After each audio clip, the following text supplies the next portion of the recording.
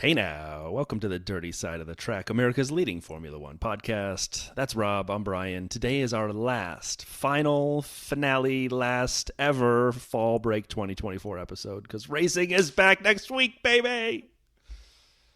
Yes, racing is nearly back. It's so nearly back. Where We're going to did be able it to do a go preview. for so long? It just felt longer than the summer break, although I It think did. technically they were both the same, maybe. I don't know. You're right. So we will end this week with a preview of the US Grand Prix. Woo! And before we get there, we will look at news and social. Brian's got a bumper video vote by the looks of things. Um, there may be that Brian had a game for me last week or whenever it was, some point in the fall break. I may have a game back for him today, so keep an eye out for that bad boy. But without further ado, let's jump into news and social. And if racing is nearly back, someone else who's nearly back is Even Toyota. though they keep saying we're not actually back. They're nearly back. Just don't say they're back. Right. You're not allowed to say they're back. You just got to say they're nearly back. They're kind of back. In Sort a of different back. way. But anyway. Yeah, so Toyota has struck a deal for its motorsport competition arm, known as Toyota Gazoo Racing, TGR, to become the Haas Formula One team's official technical partner. Before we get into that, just before we drop down into what they're actually going to do, that means that we will have the Haas Ferrari Toyota Dallara team on the grid next Well, it year. sounds like Dallara may in the long term be going away. But Long term, yeah. I said next year. Yeah, So correct. quite how they plug this all together. I don't know. But it's going to have. We'll say under this arrangement, TGR will provide design, technical, and manufacturing services, and get technical expertise and commercial benefits in return from Haas. So they're saying big boost in resources to Haas because it's F1's smallest team, but it just feels like it's going to be like one of those Monday morning meetings where they got Haas on the phone, Ferrari, Toyota, Dallara, and kind of saying, right, so who's got that? Right, you've got that. Okay, Toyota, you're doing that bit over there. Okay, great. And we're buying these bits from Ferrari, right? Yeah, okay, cool. And Dallara, you're still building the chassis, I think, until we tell you otherwise. You're still building it. So if everybody could just go and do their stuff and bring it all back together, we'll stick it all together, and that'll be great. I think Ayu Komatsu needs a project manager for a little bit to manage all the different people here. Yes, you nailed it, right? My understanding is the same as yours. Toyota will gradually take over aero, simulator, parts manufacturing. All of the departments at Haas are getting overhauled within the next few years. And then Toyota has a wind tunnel in Cologne, Germany, which I guess they're going to be updating to tailor to Haas's needs. And eventually, and this is the part we both agree that one day Haas will ditch Dallara and go to Toyota chassis. But that seems to say that'll take one of the longest. But it'd still be a Ferrari customer team. There still will be a Ferrari customer team through 28. So it's going to be exciting. I mean, you know what? Where Haas was before a couple years ago when they kind of got the regs okay, and Kevin Magnussen came back and rode in on his horse and look at me, and they finished fifth in like Bahrain, and we're like, what? Before then they were nowhere for a very long time. So this is exciting to see activity like this at Haas, right? I know, I agree. It'd be interesting if it works. Then maybe it's. I was going to say maybe it's a blueprint of how other teams in the future could do it. Although Komatsu said quite openly, if you were sitting down with a blank sheet of paper and designing how an F1 team should work, this wouldn't be it. Right. It's just a bunch of outsourced parts. But anyway, as promised last week, I decided to get a little creative with some jingles. And as with any good radio or audio program, you got to have a jingle every so often. And I have a couple here that I'd like to highlight, and then we'll kind of use a few throughout the rest. But here is the first jingle. Hey now, check out the Dirty Side of the Track with Rob, Brian, and Pit Lane Paul. It's not America's leading Formula One podcast for nothing on all your podcast platforms. Oh my God! Right? I mean, it's a good jingle. It's kind of like we're not that bad. Listen to us. Where's the energy? Where's the Dirty Side energy? That feels like something. I don't know. You'd be listening in a doctor's waiting room, and it would just NPR. Come on Welcome to the Dirty Side. Well, if you didn't like that one, I kind of took a slow jam approach to number 2. Oh, yeah. What's that formula? Some love and affection. And a little DRS detection. Check us on the Dirty Side. I just want everyone to know this is the first time I'm hearing this, so this is like proper reaction. Yes. Brian, what Rob the had to get hell? away from the microphone. He was laughing so hard. That's that's like premium phone number stuff. What's going on? They're not all the same. They're not That all the really same. is the dirty side of the track. I'm telling you. I have one more slow Oh, jam later, but oh gosh. you know what? We have a short episode. Should I just bust out the third while we're here? You're excitable and you got your finger over the soundboard, so let's do it. Well, I started thinking about it, and I said, you know what? It's really important for people to know our web address, and so that's the next one. Oh God. www.dirtywasadeofthetrack.com. Oh my gosh. If the next one is believe it or not, Sap isn't at home. I mean, It's not. that was. We did that already. I have three more. We'll wait and play them. my Play them as we go. And gosh. of course, you know the radio jingles are for anyone young. The thing you'd play in your car. It's called a radio, and you know before satellite and streaming and all that, you know you would actually listen to what came over the antenna. And we are on Radio St. Pete in St. Pete, Florida, and the Florida Sports Stream. And I'm just highlighting that because they got crushed by a hurricane a few days ago. And so two things we don't really do here on the dirty side is you know, around serious topics is natural disasters and politics. But let's dip into them both for 4 seconds.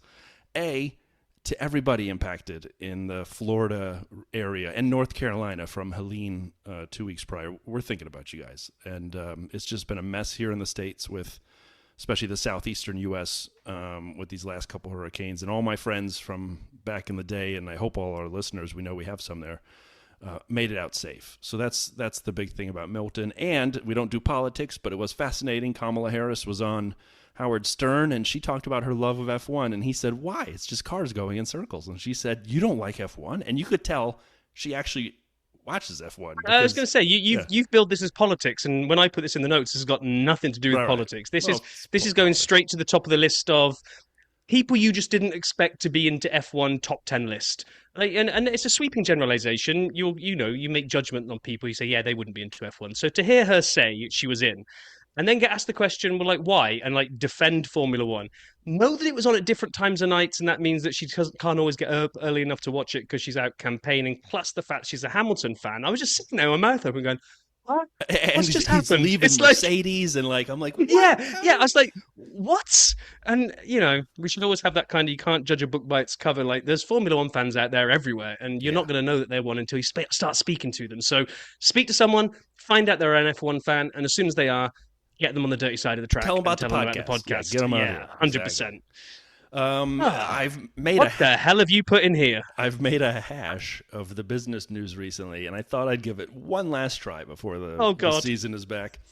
So first off, Andretti. This is the third week in a row I'm trying to do a cleanup on IL Andretti. This time, Michael Andretti wrote a note to his fans and talked about the fact that he is stepping away from the day-to-day. He'd still be an advisor to the Andretti Global team. But the part I want to highlight that I found interesting is it's now time, I'm quoting, it's now time to pass the baton to my partner and friend, Dan Tauris. Tauris? I don't know. And so Dan is not a race car driver. Dan is not of racing. Dan is an insurance guy, Rob. He is a insurance nerd like us. And Dan is the head of Group 1001, which, if you were to kind of do a little bit of homework, and I've said this before on this pod, why I still believe Andretti will make it into F1, it's all under Mark Walter's investment. Mark Walter is the chairman of Guggenheim Capital. And so if you look in the SEC filings, which I have linked here because that's what I do in my free time for Dirty Siders, you can see that Mark Walter has the investment in Group 1001 and Gainbridge and all the other Delaware Life and all those other pieces. So my point is that what? I'll make your point. Mark Walter is rich, and he bought the Dodgers years ago for $2.2 billion, and people laughed at him. And it's a great investment because what he's done is monetize that investment in a way no one else thought. So I am not sleeping on Andretti getting into F1 still because now Dan Taurisi, I know that's clearly not his name. He is at the helm of Andretti, directly tied to Mark Walter. So again, don't give up on Andretti being an F1. I'm done. I'm done with Andretti for at least a year. Okay. So I don't know what the next story is in the notes because there's this bit where you put the world's longest thing in from Andretti, where you put his entire I press read release one in. quote. Or you read one quote from it. Then come in will be a Will Buxton thing, but in between it, there is like the world's most zoomed out, That's what the looks thing I like an already have. Excel Why do you sheet. keep telling people about the notes? We're done with all those. But I don't know if I'm supposed to be talking about it or not now because you can't even see it. You've managed to zoom out to the moon. That's the Mark Walter piece. Oh, okay, fine. That's his Whew. investments according to the SEC database, which also, by the way, listener David sent in about a year ago. So, David, thank you very much. My last thing here about business before you do a little business about F1, Hot Wheels has a new F1 multi-year partnership. How great is this?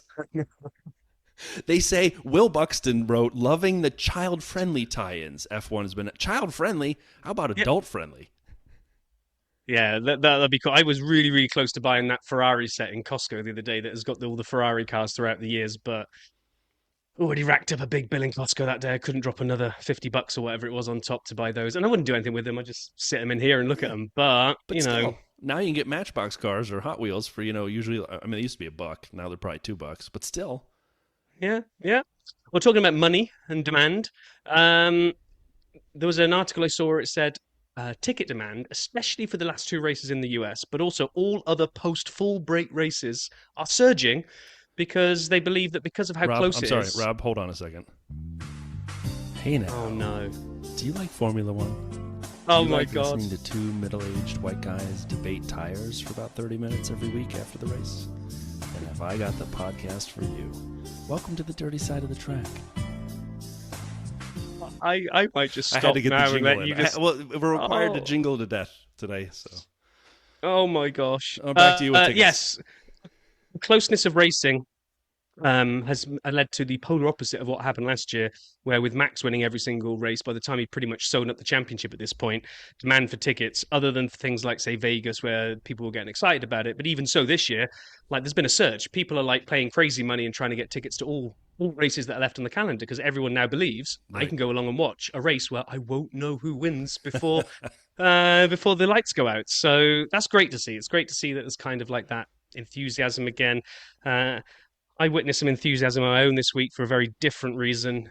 This I is was good. boarding a plane. I was boarding a plane to Des Moines with a connection through Detroit, and I got on at Bradley here in Hartford. And as I was walking down the aisle, this little kid started absolutely creasing up. He was getting close to tears how much he was laughing, and he was kind of elbowing his dad in the ribs, pointing at me.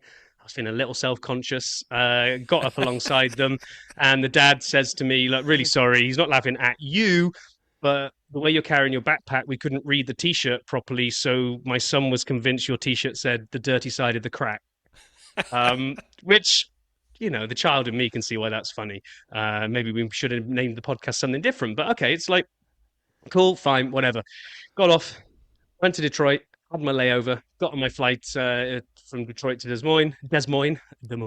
As I'm walking down the aisle, lo and behold, who's there again? Little kid, and sees me coming. And even though he knows it says track now, that's it. He just lost it. He's just completely gone. Stopped and spoke to the dad again. I said, I sent a message to my co-host to say that he got a real kick out of this as well, and maybe we'll rename the pod. And I think he might give us a listen because I said we'd give him a shout out. I didn't get their names, so father and son that were laughing at the dirty side of the crack. Thank you very much. You gave me something to laugh about on the flight as well. Love it. Um, Last thing that I had is while I was away, that meant I couldn't put as much time into, I know this subject that you're all dying to hear updates on, which is the uh, EAFC, Brackley FC, Formula One name players only, quest for the Premier League before COTA. Well, it's good news.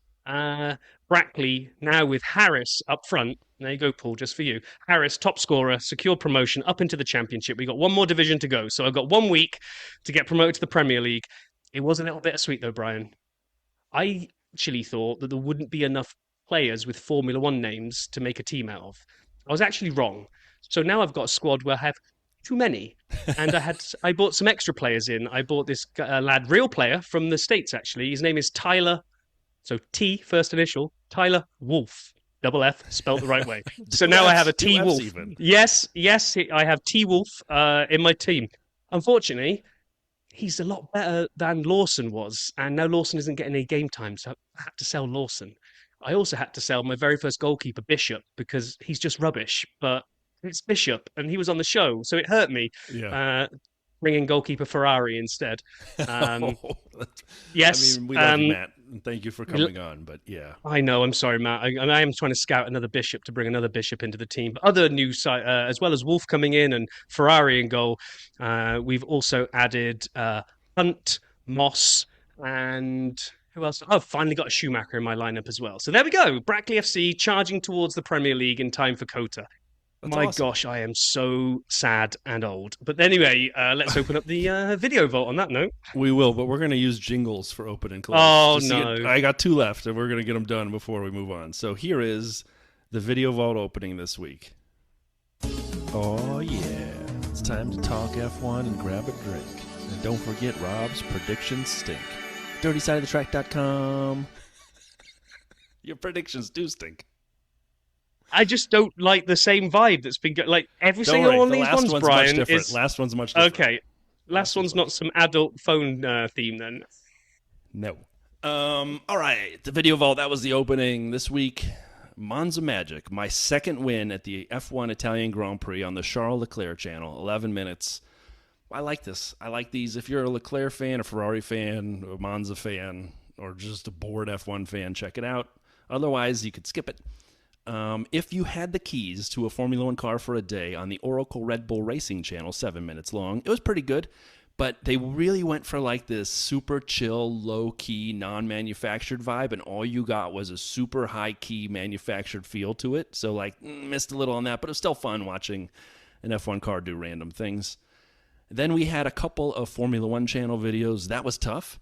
The Anything But F1 quiz, episode 2. We talked about episode 1 earlier in the year when they asked Formula One drivers about their hobbies and passions, and you can see a lot of them are very serious about what they enjoy outside of F1, except Charles Leclerc when they asked him about music and piano, and he must be self-taught, because they asked him stuff, he's like, yeah, I don't know. I don't know what that is. They go, Charles, how do you, what is this method of using the piano? I don't know. I've never heard that name before. And I'm like, whoa, okay. So good for you, Charles. You're kind of making it on your own out there without the classical teachings. And then the other one on the F1 channel is 15 times opening laps in F1 were pure chaos. 12 minutes.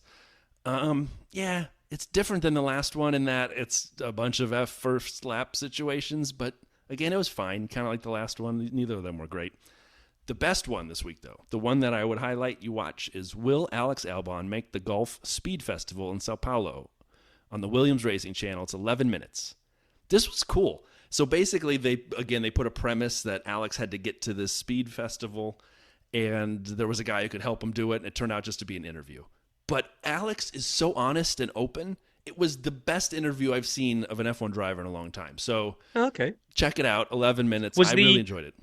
Was the will he get there thing very, very similar to the good old setups on the Grand Tour where they make it seem like, oh, who's going to get there first? And then lo and behold, all three of them arrive at the same time. Kind of worse even because like at the end, he looks at his phone and freaks out, and then he hops in a car, and 4 seconds later he's there. And I'm like, who cared? That would just do the interview. Would have been fine. And then the most disappointing of the week, and I'm calling you out, Marriott Bonvoy, up close and unexpected with Mercedes-AMG Petronas F1 team. I go to depths for this podcast that other people don't want to do, and I monitor the Bonvoy channel. And when this came out, I said, yeah, boy.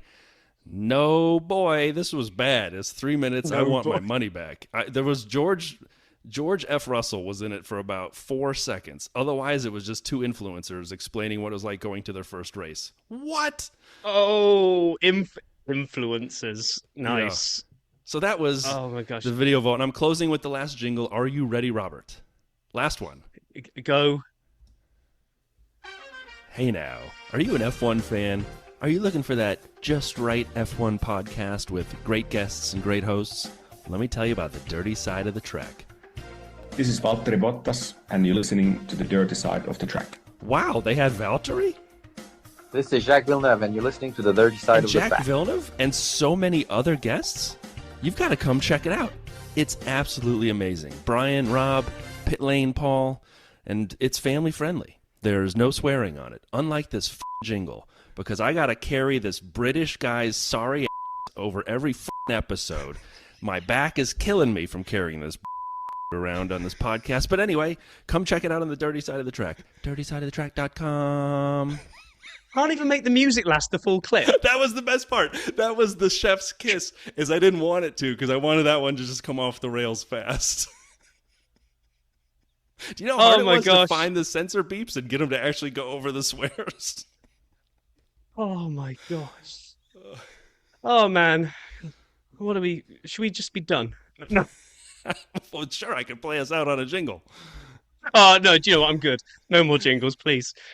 Although, have you got quiz show music ready? Because I think this goes by two different names. This is loosely based on the game known as Card Sharks in the US, and I think Play Your Cards Right in the UK. So we're going to put Brian through a run of this. So here's the music for you, Rob.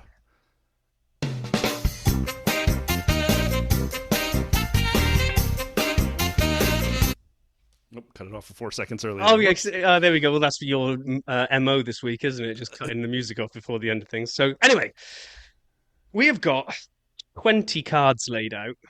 I'm going to let you keep going if you mess up, and we're going to see if you can get the best score you can come up with is 0, because that's how many times you fail. Okay. And if you fail, we'll put one down. So it's the classic higher or lower game. So we're going to start off with a seed value, which is today's episode is 41 of season 3. So the number is going to be 41. I'm going to give you a stat and ask you if the answer to that stat is higher or lower than 41. Got it. And the good news is I cannot cheat because my old laptop is so broken. If I open a window, it freezes. So I have proof. I can't cheat. More than that, the old Card Sharks game that I did was so out of date. I did a new one today, and it's on my personal laptop and isn't even on our shared drive. So you can't even get to this. Oh, alrighty then. So if you had been cheating by trying to revise the old one, you're in trouble. So just to be fair to you, because some of these things I was thinking the range is too big, everything fits within 0 to 100 because you were going, 0 to 100. Speed. So not a 0. So, that's in American. Huh? In American, not is 0. I'm just translating for anyone who doesn't speak whatever you speak. Well, maybe you could write a jingle about it. So anyway, so we will start off then. So today's episode 41. Are you ready to try to see if you can get all 20 without losing a single life? There's 0 chance that'll happen. Let's do it. There's not. I've tried to be kind to you. And by the way, about every 4 or 5, there is a driver's number because it gives you the chance to reset. And I think you'll know all these driver's numbers. So you'll at least, if you get to those points, it'll reset you to the right situation. Okay? Yep. Okay, so 41. Fangio's win percentage, higher or lower than 41? Higher. You are correct. Do you want to guess as to what it was? You want me to pick a number out of the air? Well, I'm going to give you the answer in a second. 48 or 52. Oh, 46. Well done. Okay, so 46. At Mylander's age, higher or lower than 46? Well, first of all, I always thought his name was Bert until a year ago it was Burned. I call him, Bert. We'll call him Bert. 46, higher or lower? I know he's an older guy. I'm going to say higher. Correct. Before I give it you, do you want to guess? 49. Oh, 53. Okay. Okay. Number of times Michael Schumacher got pole position, higher or lower than 53? Number of times Michael Schumacher got pole position. It's got to be higher, right? I mean, I'm going to say higher. You are correct. And I'm going to keep the pace going, I'm going to give you the answer. It's 68. Okay, so the fastest ever race lap in Canada in seconds, higher or lower than 68? Lower. So that would be a 1 minute 8. Yeah, under 108. Wow. Okay, the fastest lap time there is 73 seconds. Set by Valtteri, actually, back in... so, okay, that's your first strike. And then if you'd have got that one, you would have easily got this, because 73, Lewis's number, higher or lower than 73? His actual race number? Yep. 44, that's under 73. Correct. Okay, so 44, next one. Joe's slowest pit stop this year, higher or lower? Higher. It's like 52 or something like that, 56. It's higher. No, that's Valtteri's. Valtteri is 2 in the 50s? Joe's is 20.2, which occurred. Are you sure you're looking at the right info? Yes, I got the stats from the DHL website with all the worst. We made fun of Sauber for that long, and Joe's longest pit stop was 20 seconds? Full pit stop, but they had loads of them, and Valtteri had a couple over 30. So Valtteri had a 50 in there somewhere, I feel like. But... May have done. Okay, so 20.2 is your number. I failed twice now. I apologize. I know. Higher or lower the number of corners at Jeddah? 20.2. I think Jeddah has like 23, so I'm gonna go higher. You're correct to go higher. Wrong with the number 27. Okay, and now we ease you in again. Max's age on his first win, higher or lower than 27? Lower. Obviously. Yeah, thank you for an easy one. This was automatic. I sorted this, so I didn't choose them. Okay, so an 18 we're playing against now. Corners at COTA, being as we're going to be there this week. Higher or lower than 18? Boy, they got like that Turkish kind of Istanbul kind of S thing. Higher than 18 or higher, lower than 18? Yeah. And there's no option for a push. No. What? I'm just making sure like they're the same. A push. Oh, no. None of them. I made sure none of them are the tie. Then I'm going to go higher. You were correct to go higher. It has 20, so only just. I figured it was. And then this is your next. Give me 20. Higher or lower? Valtteri's number. 77, higher. Yay, baby. Okay, this one. Higher or lower than 77? The number of races it took before Max secured a pole position. Lower. Wrong. 93. That's not true. You're making this up again. No. Okay. I will give you the stats. I'll give you the website I found that on. No, I believe you. I believe you. It is Wikipedia, but, we'll go with that. Okay, so, against 93. That's a good one. That's my third miss, I think, right? It is, yeah. Higher or lower than 93? The highest percentage of wins in a season that we've ever had. Lower. It's like 80 something or other. Yeah, it's 82 86. or 86. 86. Yeah. Well done. Higher or lower than 86? The number of Senna podiums. Oh, boy. Well, that's a really good one. An amazing career cut far too short. I know. You think the number should be much bigger, but podiums, not wins, podiums. Right. Podiums. I mean, he still, back then they had how many races a year? Not so many. I don't know. I don't want to help you here, but I'm going to say under. Yeah, just 80. Yeah. I'm just basic, the duration of his career again, I wish it were still going, but the duration of his career against the number of races is why I went under. Yeah, exactly. So then, a couple of easy ones. Excuse me, before we get into a couple of nasty ones. So against 80, higher or lower, the oldest driver age in Formula One? Well, Fernando's not that old, under 40. It's actually 58. Louis Chiron ever. Back in the ever, not like now. But even if it wasn't ever, it wasn't going to be over 80. No. And then another gimme. The way the card's laid out. Higher or lower than 58? Charles's number? 16, under. Okay, now a nasty one, because I wouldn't know this. Total World Constructors Championship won by cars using Goodyear tyres. Are you kidding me with the last bit? You love tyres. Higher or lower than 16? Are you joking with me right now with Goodyear tires? As I sort my mental database of championships and tires. By tyres. I mean, obviously we're in the Pirelli era, and we've seen Bridgestone, and did we ever have Michelin? I can't remember. Goodyear? Yeah, Goodyear. Higher or lower than 16? 16. I'm going to say under. Are you going to say what? Under. Less. Oh, 26. Boy. 26 World Constructors titles for Goodyear cars. Right. Now this one, another gimme for you here. Higher or lower than 26? The circuit length of COTA in miles. Lower.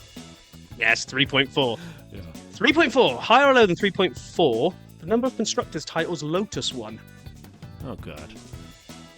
This is one of those where I'm going to forget someone who drove for them, and it's going to be patently obvious, but I'm still going to go under. You're going to go less than 3.4, so it's either 1, 2, or 3 in your view. 7 for Lotus. Do you know who? No. I just took the constructor's title by order and picked one out. I got a Lotus car on my shelf. I've shown it to you before. I should have gone over. Stupid me. Okay.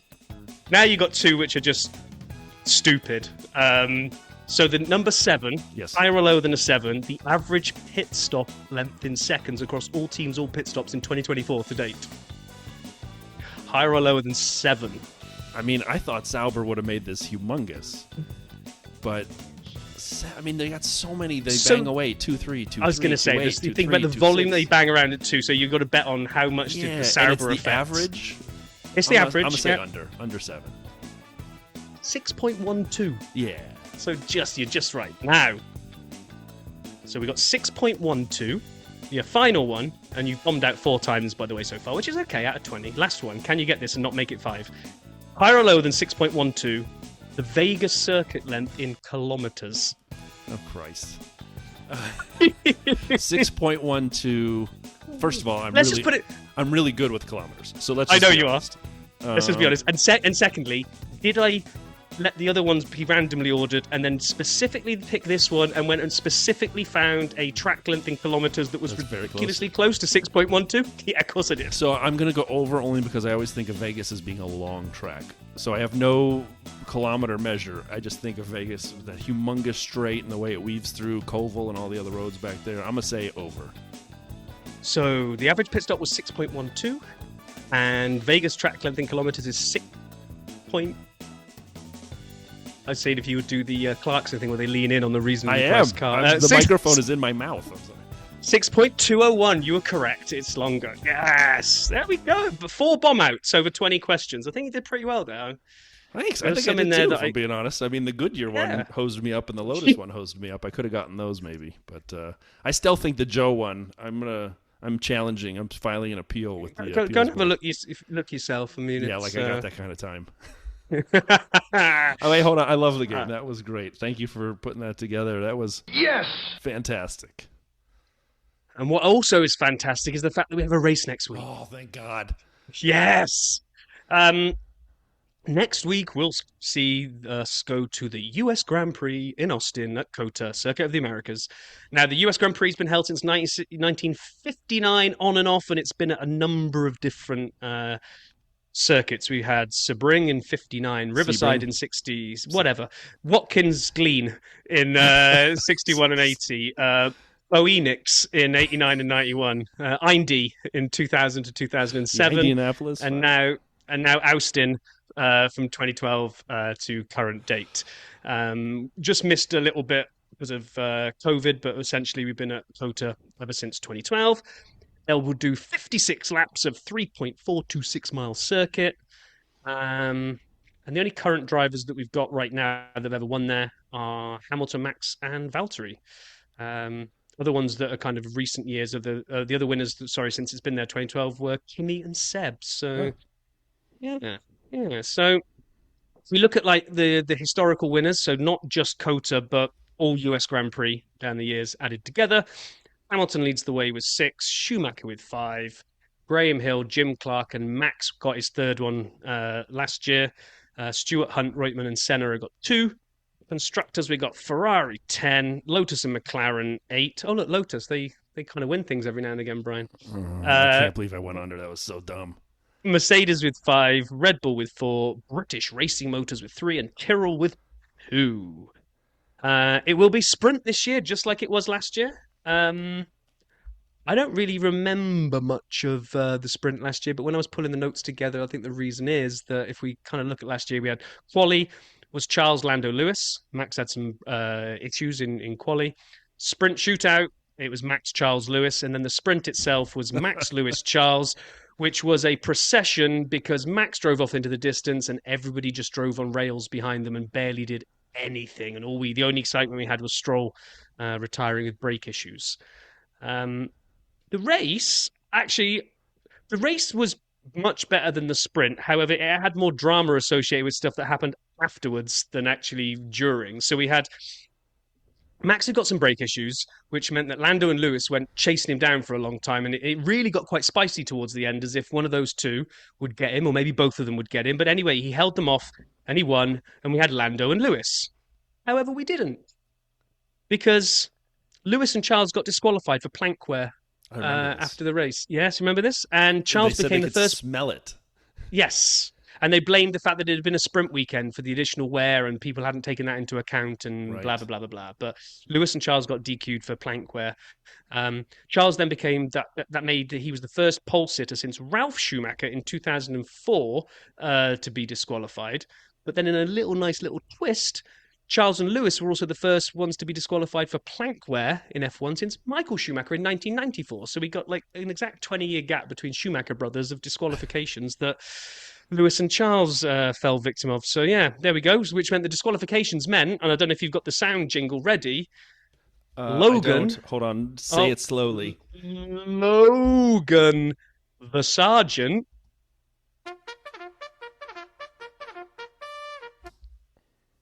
got bumped up and got his first ever point in F1, and I think And his only. And only. Yeah. I thought it was. So I do remember that because we went big on that because I think it was first American point since Andretti or whoever else.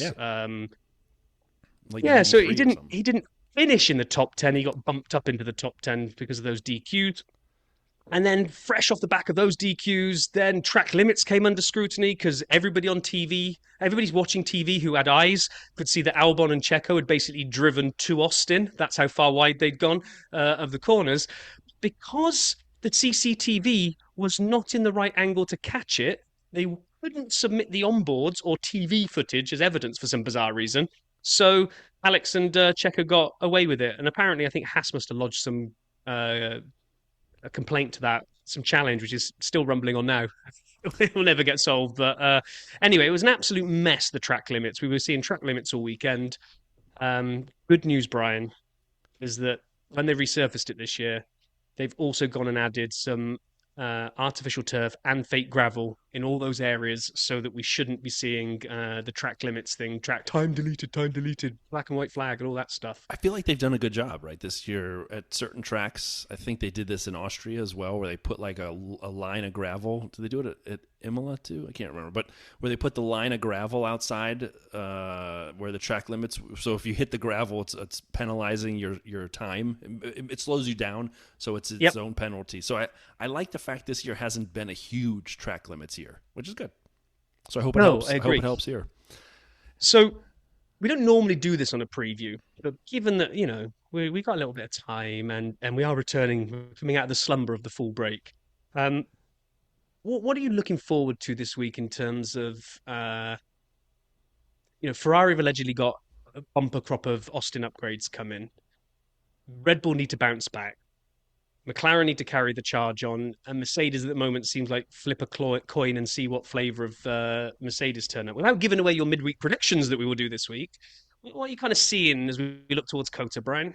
Oh, I'm excited actually to use COTA as a benchmark for the rest of the year because I don't think people have any more upgrades after this, right? There's not enough races left to really have a lot more in the development pipeline. You've been working on 25. So I am curious to see what Ferrari has.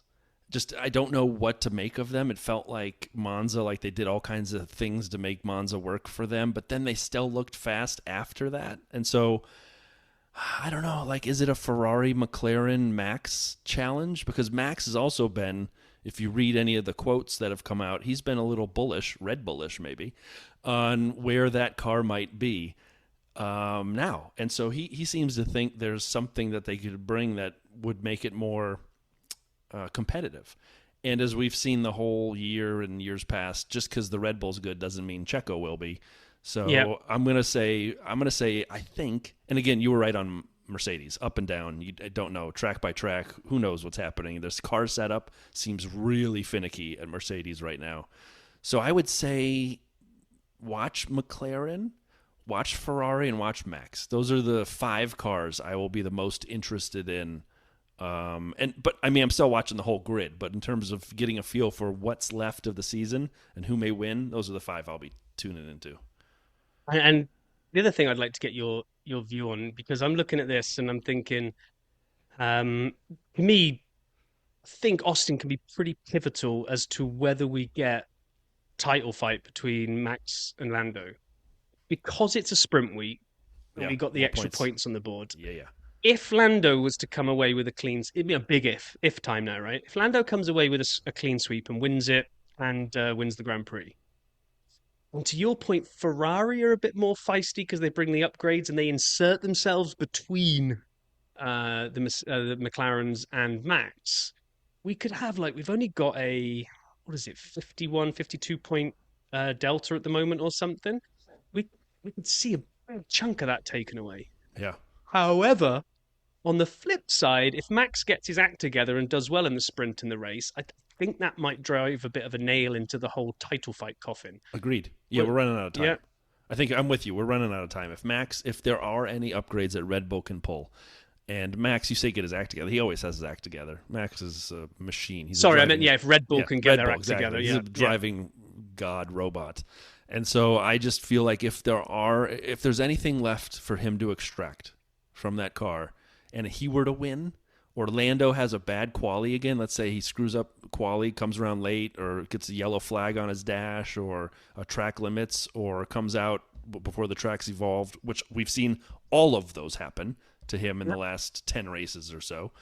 If that happens and he starts low and can't make it up, yeah, I think it could be over. Like Max, not mathematically. I'm not saying, he'd be eliminated, but I think Max could either put it out of touch for Lando effectively, or if Lando pulls it off, he may make this a real battle down the stretch. You're right, it is a sprint. We've got, for everyone's reminder, practice and sprint quali on Friday, sprint and then race quali on Saturday, and then the race itself on Sunday. I cannot wait. But what do you think? Do you think, to your question, what do you kind of see happening with Max and Lando, and who are you watching? I mean, not what do I see happening, what do I hope happens? And I never wish ill fortune on anybody, but if the gremlins in F1 could crawl into Max's car and cause some kind of DNF for him, I think then we would be getting all manner of excitement going through the roof, because let's just kind of play along for a minute that Max DNFs and Lando wins the sprint and the Grand Prix. So we get 25 points and 8 for the 8. Is it 8? I think so. 33. They only pay 8 positions. I think it's 8-1. Yeah, that's right. So what is he? 279 at the moment. So he's going to go up to 288. Another 25 on top. He's going to be like 11, 12 points behind.